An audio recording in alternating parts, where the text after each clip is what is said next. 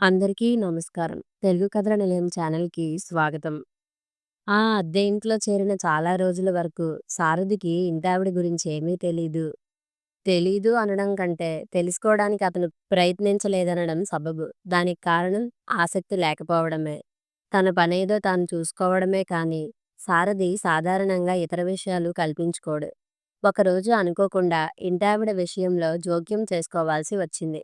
ఉదయం అతను ఆఫీస్‌కు బయలుదేరబోతుండగా ఇంటావిడ అతని దగ్గరికి వచ్చింది. వచ్చి, "బాబూ, ఈ కవర్ మీద ఈ అడ్రస్ కాస్త ఇంగ్లీష్‌లో వ్రాసిపెట్టు" అని అడిగింది. "అలాగేనండి." సారథి కుర్చీలో కూర్చొని కవర్ అందుకున్నాడు. అడ్రస్ రాస్తుంటే ఆవిడ అంది, "సారథి, మీ ఆఫీస్‌లో కనకరాజు అనే వ్యక్తి పనిచేస్తున్నాడు.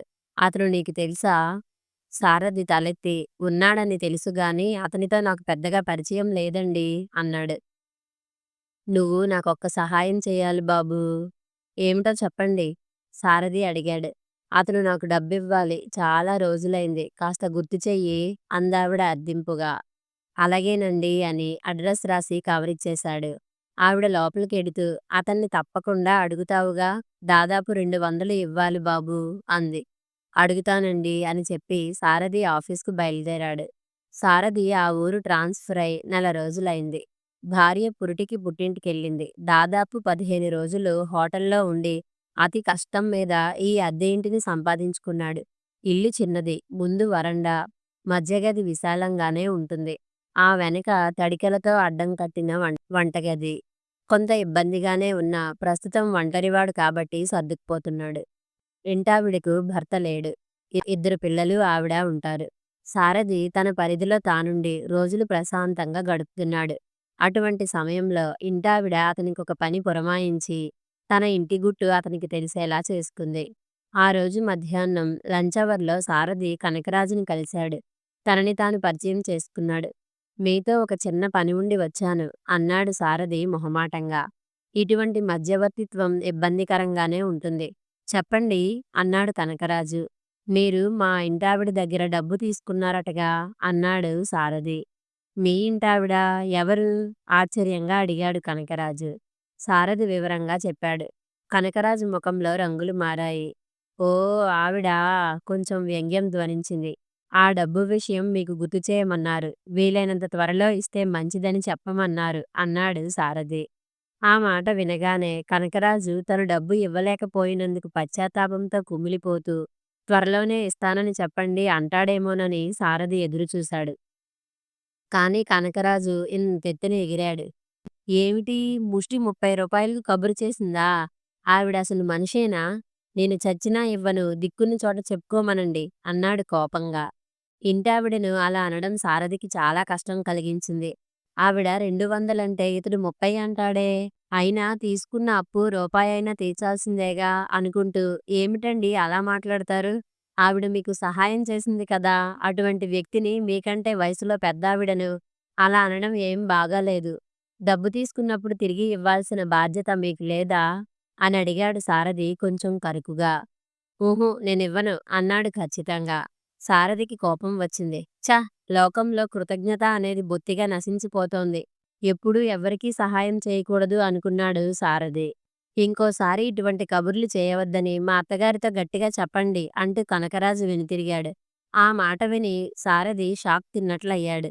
"ఆవిడ మీ అత్తగారా?" ఆశ్చర్యంగా అడిగాడు. "అవునండి. ఆవిడ కూతురికి నేను స్వయాన మొగుడిని. సరేనా?" కోపమంతా సారథి మీద వెళ్ళగ్రక్కి కనకరాజు చకచకా వెళ్ళిపోయాడు.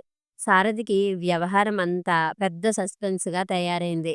సరిగ్గా అప్పుడే మొదటిసారిగా ఇంటావిడ ప్రవర్తనని గమనించాలనే ఆలోచన కలిగింది సారథికి. ఆ సాయంత్రం సారథి ఇంటికి రాగానే అడిగిందావిడ, "కనకరాజు ఏవన్నాడు బాబూ?" కనకరాజు అన్న మాటలు చెప్పలేకపోయాడు సారథి. 2 రోజుల్లో తప్పక ఇస్తానన్నాడండి అబద్ధం చెప్పాడు. "సరేలే బాబూ, డబ్బు కోసం కాదు నా బాధ. తెల్లారి లేస్తే 100 ఖర్చు పెడతాం. ఇచ్చిన మాట నిలబెట్టుకోవాలి. అది నా పద్ధతి" అని వెళ్ళిపోయింది. "సారథి గారు, ఏమంటోందండి మీ ఇంటావిడ ప్లస్ మా అత్తగారు" అంటూ 2 రోజుల తర్వాత ఒక మధ్యాహ్నం వేళ కనకరాజు సారథి దగ్గరికి వచ్చాడు. "రండి కూర్చోండి" సారథి కుర్చీ జరిపాడు. "ఈ ఇల్లు మీకెలా దొరికిందండి బాబూ" అన్నాడు కనకరాజు. "ఏం, నాకీ ఇల్లు బాగానే ఉందే" ఇప్పుడు బాగానే ఉంటుంది. ఇప్పుడు బాగానే ఉంటుంది. ముందు ముందు దీనిలోని కష్టనష్టాలు మీకే అనుభవంలోకి వస్తాయి. ఇల్లెప్పుడు ఖాళీ చేస్తానా అనుకుంటూ బెంగెట్టుకుంటారు నవ్వాడతను. సారథి మాట్లాడలేదు. నేను డబ్బు ఇవ్వలేదని రోజూ నన్ను తిడుతుందా మా అత్తగారు నవ్వుతూ అడిగాడు. అబ్బే లేదండీ. ఆవిడ ఆ విషయం ఎప్పుడో మర్చిపోయింది అన్నాడు సారథి. కనకరాజు బిగ్గరగా నవ్వాడు. ఆవిడ 10 పైసల కోసం 10 రోజులు దిగులు పడే పరమ పిసినారి. ఆవిడ మర్చిపోవడమా? మీ దగ్గర నటిస్తోందండీ. అబ్బే లేదండీ. సారథి మాట పూర్తి కాకుండానే కనకరాజు మధ్యలోనే అడ్డుకున్నాడు. సారథి గారు, ఆవిడకు నేను అల్లుడిని. 10 ఏళ్లయింది మా పెళ్ళయి. అప్పటి నుండి ఆవిడ స్వభావం నాకు తెలుసు. పిల్లికి బిచ్చం పెట్టదు. ఒక్కరోజు కూడా ఇంట్లో కూర వండిన పాపాన పోలేదు.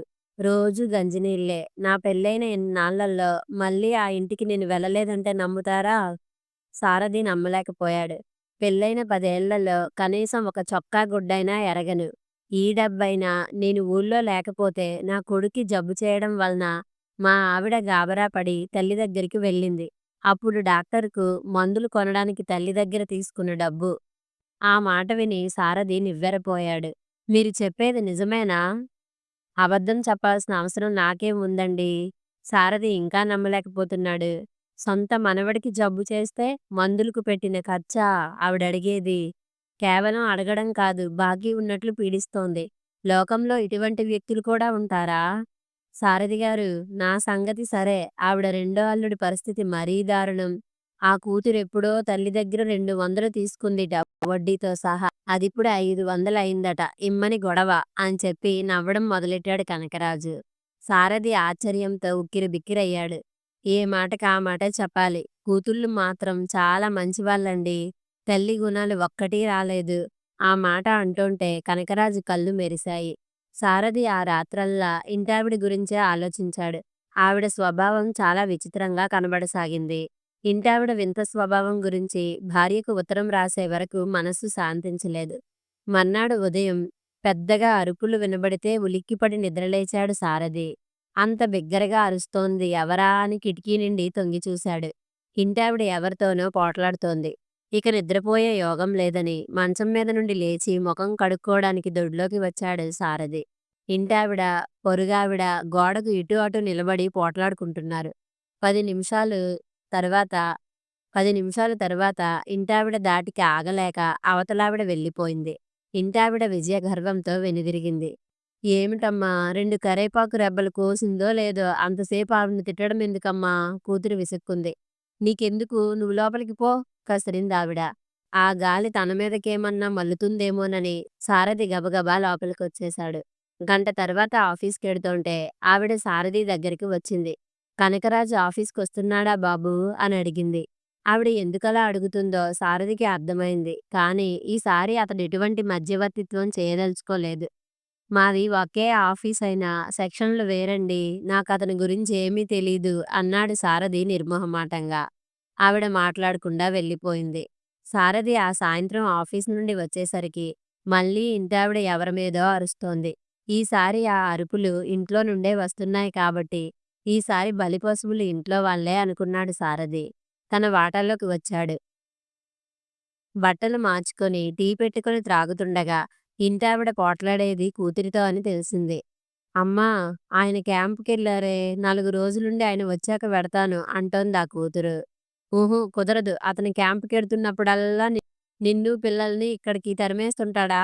గడుసుదనం బాగానే నేర్చాడు. ఇప్పటికే 500 బాకీ అతను. ఆ అమ్మాయి ఖచ్చితంగా ఆవిడ రెండో కూతురే అనుకున్నాడు సారథి. త్వరగా వెళ్ళు, మళ్ళా బస్సు దొరకదు. ఆవిడ కూతురు పెట్టె తీసుకొచ్చి బయట పడేసింది. కూతురు ఏడుస్తూ పిల్లల్ని తీసుకుపోయింది. ఆవిడ ప్రవర్తన సారథికి విపరీతమైన అసహ్యం కలిగించింది. ఇంటికొచ్చిన కన్న కూతుర్ని చీకటి పడే వేళ నిర్దాక్షిణ్యంగా వెళ్ళగొట్టిందంటే ఆవిడసలు కన్న తల్లా, రాక్షసా? ఇటువంటివి ఎక్కడా చూడలేదు, వినలేదు. సారథికి ఆ ఇంట్లో ఒక్క క్షణం ఉండబుద్ధి కాలేదు. ఇంటికి తాళం వేస్తుండగా కాలేజీలో చదివే ఇంటావిడ మూడో కూతురు మెట్లెక్కి లోపలికి వస్తోంది. ఆ అమ్మాయిని చూసి ఆవిడ వీధిలోనే మొదలెట్టింది. ఏమే, 6 దాటింది, ఇప్పుడా రావటం? ఇంటెడు పని నీ బాబెవడు చేస్తాడు? ఒక్కరోజు అన్నం పెట్టకుండా మాడిస్తే ఆ కవ్వు తగ్గి దారిలోకొస్తావ్. అందరూ వింటుండగా తల్లి వీధిలోనే తనని పట్టుకొని అలా తిట్టడంతో ఆ అమ్మాయి సిగ్గుపడిపోయి తలంచుకొని లోపలికి వెళ్ళిపోయింది. సారథి ఆ అమ్మాయిని చూసి జాలిపడుతూ రోడ్డెక్కాడు. ఇంటావిడ గురించే ఆలోచిస్తూ నడుస్తున్నాడు సారథి. ఆవిడ ప్రొద్దున్నే లేచిన దగ్గర్నుండి ఎవరితోనో పోట్లాడుతూనే ఉంటుంది. పిల్లలపై ప్రేమ లేదు. వాళ్ళని ఒక్కరోజు కూడా తన ఇంట్లో ఉంచుకోదు. శత్రువుల్లా వాళ్ళని గెంటేస్తుంది. లోకంలో ఇటువంటి ఆడవాళ్ళు కూడా ఉంటారా? ఆవిడ ప్రవర్తన తనకు చిరాకునే కాదు, అసహ్యాన్ని కూడా కలిగిస్తోంది. తనీ ఇంట్లో ఒక్క క్షణం ఉండలేడు. వెంటనే ఖాళీ చేసేయాలి అనుకున్నాడు. సారథి నడుచుకుంటూ టిఫిన్ చేయాలని హోటల్‌కొచ్చాడు. టిఫిన్ తిని డబ్బు కోసం జేబులో చెయ్యి పెట్టాడు. నోట్లతో పాటు ఒక ఉత్తరం కూడా బయటకొచ్చింది. మధ్యాహ్నం పోస్టులో వచ్చిన ఉత్తరం అది. ఆఫీస్ హడావిడిలో సరిగ్గా చదవలేకపోయాడు. సారథి విప్పి చదువుకున్నాడు మళ్ళీ. ఆ ఉత్తరం సారథి స్నేహితుడు రాశాడు. సారథి, నాకా ఊళ్ళో ఒక సంబంధం వచ్చింది. అమ్మాయిని చూసుకోవడానికి వస్తున్నాను. ఈలోపు వాళ్ళ వివరాలు తెలుసుకో రాఘవ. పెళ్లివారి అడ్రస్ కూడా ఇచ్చాడు. అడ్రస్ చదువుతున్న సారథికి ఆ ఇంటి నెంబరు తనకు తెలిసిందే అనిపించింది. ఆలోచిస్తుండగా హఠాత్తుగా స్ఫురించింది. అది తన ఇంటి అడ్రస్సే. తన స్నేహితుడు వచ్చేది తన ఇంటావిడ దగ్గరికే. అంటే పెళ్లికూతురు ఇంటావిడ మూడో కూతురు. My God! ఎంత ఘోరం జరగబోతోంది? తను కనుక లేకపోతే తన స్నేహితుడు ఆ ఉచ్చులో బిగుసుకుపోయేవాడు. సారథికి మిగిలిన ఆ ఇద్దరు అల్లుళ్ళు గుర్తుకొచ్చారు. రాఘవ కూడా ఆ లిస్టులో చేరిపోయి మరో బాధితుడయ్యేవాడు. ఎలాగైనా తన స్నేహితుడిని రక్షించుకోవాలి. రేపు వాడు రాగానే ఇంటావిడ చరిత్ర పూర్తిగా చెప్పి తక్షణం రైలెక్కించాలి అనుకున్నాడు సారథి. మర్నాడు ఆదివారం. సారథి బాగా ప్రొద్దెక్కాక లేచాడు. కాఫీ, టిఫిన్‌లకు హోటల్‌కెళ్ళబోతుండగా పక్క వాటాల్లో నుండి మాటలు వినిపించసాగాయి. వినకూడదనుకుంటూనే విన్నాడు సారథి. ఇంటావిడ అంటోంది. "వెధవ! క్యాబేజీ కూరని అలా పారేశావే? కొబ్బరి చట్నీ, పెరుగు పచ్చడి అన్నీ వదిలేశావ్. కనీసం పెరుగైనా వేసుకు తిను. నువ్వైనా తినవే." ఆ వంటకాల పేర్లు వింటూనే సారథి నోట్లో నీళ్లూరాయి. కనకరాజు, ఆవిడ పిసినారి, ఒక్క రోజైనా కూర వండదు అంటాడు కానీ, ఇన్ని వంటకాలు చేసే ఆవిడ పిసినారి ఎలా అవుతుంది? హోటల్ భోజనంతో జిహ్వ చచ్చిన సారథికి కనీసం కళ్ళతోనైనా ఆ వంటకాలను చూడాలనే చిలిపి కోరిక కలిగింది. తడికెకు ఓ మూలగా ఏర్పడ్డ చిన్న కంతలో నుండి ఆ వాటా వైపు చూశాడు. ఇంటావిడ, ఇద్దరు పిల్లలు కంచాల ముందు కూర్చొని తింటున్నారు. వాళ్ళ కంచాల్లో ఉన్న పదార్థాలను చూడగానే సారథికి కళ్ళు తిరిగినంత పనయింది. ముగ్గురు కంచాల్లోనూ ఒక్కొక్క రొట్టె గంజినీళ్ళు, పక్కన మరో గిన్నెలో ఉన్న ఆ గంజినీళ్ళనే గరిటెతో కంచాల్లో పోస్తూ వివిధ వంటకాలుగా వర్ణిస్తోంది. ఆ దృశ్యం చూశాక ఆవిడ మీద ఉన్న అసహ్యం రెట్టింపయింది సారథికి. బయటి వాళ్ళ కోసం కన్నవాళ్ళని మోసం చేస్తోంది. క్షమించరాని నేరం అనుకున్నాడు. ఇది చూశాక ఆ సాయంత్రం పెళ్లిచూపుల కోసం రాబోయే రాఘవను రాత్రికి రాత్రే రైలెక్కించాలని మరోసారి గట్టి నిర్ణయం తీసుకున్నాడు. మధ్యాహ్నం 4 గంటలకు నిద్రలేచాడు సారథి. టైం చూసుకుంటూ మరో గంటలో వస్తాడేమో రాఘవ అనుకున్నాడు. స్టవ్ వెలిగించి టీ పెట్టుకుందాం అనుకుంటుండగా ఇంటావిడ వచ్చింది. బాబూ, లేచావా? ఇదిగో టీ. కప్పు అందించింది. సారథి అనుకోని ఈ మర్యాదకు ఉక్కిరిబిక్కిరయ్యాడు. ప్రొద్దున్నే దృశ్యం చూశాక ఆ టీని తాగాలనిపించలేదు. కానీ తిరస్కరించలేక మొహమాటంగా తీసుకున్నాడు. ఆవిడ సారథికి ఎదురుగా గోడ కానుకుని కూర్చుంది. ఆవిడలా స్థిమితంగా కూర్చోవడం చూసి చాలా పెద్ద పని మీదే వచ్చిందనుకున్నాడు. బాబూ సారథి, నాకు ఒక్కడే కొడుకు. నీకు తెలుసుగా, ఈ మధ్య చదువు మీద బొత్తిగా శ్రద్ధ చూపడం లేదు. నీకు వీలైనప్పుడు వాడికి 4 ముక్కలు చెప్పు నాయనా అంది. ఆ కోరిక వినగానే 2 రోజుల క్రితం కనకరాజు అన్న మాటలు గుర్తుకొచ్చాయి. ఏమండోయ్ సారథిగారు, ఈ పాటికి మా అత్తగారు మీ నుండి ఏదో ఒక ఉపకారం ఆశించి ఉండాలే. మనుషుల్ని ఉపయోగించుకోవటంలో ఆవిడకి ఆవిడే సాటిలెండి అన్నాడు. ఆ మాటలకర్థం సారథికి ఇప్పుడు బోధపడింది. ఏం బాబూ, చెప్తావా? చూద్దాంలెండి. నాకు తీరుబడిగా ఉంటే తప్పక చెబుతాను అప్పటికి తప్పించుకున్నాడు. కొద్ది క్షణాలు ఆగి అంది. రేపు మా అమ్మాయిని చూడటానికి పెళ్లివారు వస్తున్నారు. దీనికి కూడా పెళ్లి చేశానంటే నా బాధ్యత తీరిపోతుంది సారథి. రేపు సాయంత్రం నువ్వు త్వరగా ఇంటికి రావాలి. చూద్దాంలెండి. నాకు నువ్వు తప్ప ఎవరున్నారు నాయనా? అదేంటండి, మీ అల్లుడు ఈ ఊళ్ళోనే ఉన్నాడుగా, పిలిస్తే వస్తాడుగా అన్నాడు సారథి. ఆ, వస్తాడు. సంబంధం చెడగొట్టడానికి వాళ్ళకి నేనంటే కోపం. మీ అల్లుడి సంగతేమో గాని అతనికంటే ముందు ఈ సంబంధం చెడగొట్టేది నేనే అనుకున్నాడు సారథి. సారథి, నీకు ఒక విషయం చెప్పాలనుకుంటున్నాను బాబూ. ఈవిడ ఇప్పుడిప్పుడే వదిలేయట్లేదే మనసులో విసుక్కుంటూ. చెప్పండి అన్నాడు అయిష్టంగా. సారథి, ఈ వాటాలోకి ఎంతో మంది వచ్చారు, వెళ్ళారు. కానీ బాబూ, నువ్వంటే నాకెందుకో మంచి అభిప్రాయం ఏర్పడింది. నా గురించి ఈ పాటికి అందరూ అన్ని రకాలుగా నీకు చెప్పి ఉంటారు. వాళ్ళ మాటల వల్ల నా మీద నీకు చాలా అసహ్యం కలిగి ఉంటుంది. కానీ సారథి, ఎవ్వరికీ కనీసం నా కూతుళ్ళకి కూడా చెప్పుకోని కొన్ని నిజాలు నీకు చెప్పాలనుకుంటున్నాను. క్షణం ఆగి చెప్పసాగింది. మా ఆయన చనిపోయే నాటికి నాకు 30 ఏళ్లుంటాయేమో. ముగ్గురు ఆడపిల్లలు, ఒక మగపిల్లాడు. ఆఖరి వాడికి ఏడాది వయస్సు. అందరూ చిన్నపిల్లలు. నేను పెద్దగా చదువుకోలేదు. మా వారి సంపాదనలో మిగిల్చిందేం లేదు. బంధువులున్నా పీడించుకు తినేవాళ్లే కానీ ఆదుకునేవాళ్ళు లేరు. సముద్రం మధ్యలో గాలివాటుకు కొట్టుకుపోతున్నట్లుంది నా పరిస్థితి. ఎలాగో మనసుని కుదుటపరుచుకొని పిల్లల కోసం ధైర్యం తెచ్చుకున్నాను. ఆఫీస్ వాళ్ళిచ్చిన డబ్బు కొంత బ్యాంకులో వేసి మిగిలిన దాంతో ఈ చిన్న ఇల్లు కట్టాను. ఒక ప్రక్క అద్దెకిచ్చి ఆ అద్దె డబ్బుతోనూ బ్యాంకు వడ్డీతోనూ గుట్టుగా సంసారం నెట్టుకొచ్చాను. ఎవ్వరినీ దరిచేరనీయలేదు. నాదా మగదక్షత లేని సంసారం. నాకున్నది ఆడపిల్లలు. అందుకే ఒకప్పుడు నోట్లో నాలుక లేకుండా ఉండే నేను ఆయన పోయాక నా నోటినే నా పిల్లలకు కవచంగా ఏర్పరిచాను.